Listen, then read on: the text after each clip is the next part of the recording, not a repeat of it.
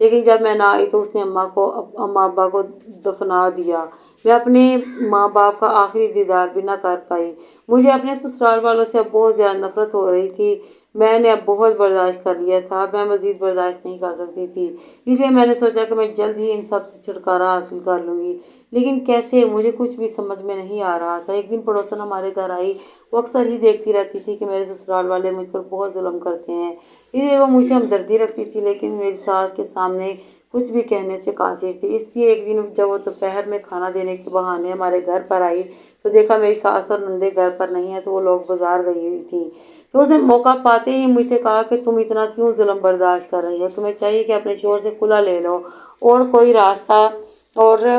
راستہ نہیں ہے، وہ تو اتنا ظالم ہے، تمہیں اپنے ماں باپ کے جنازے پر بھی نہیں جانے دیا، ایسے لوگوں کے ساتھ کیسے رہ سکتی ہو، میری مانو تو جلد سے جلد کھلا لے لو۔ مجھے کچھ سمجھ نہیں آیا۔ میں نے اسے کہا کہ میں کیسے کھلا لے سکتی ہوں، میں تو اس سب کے بارے میں کچھ نہیں جانتی۔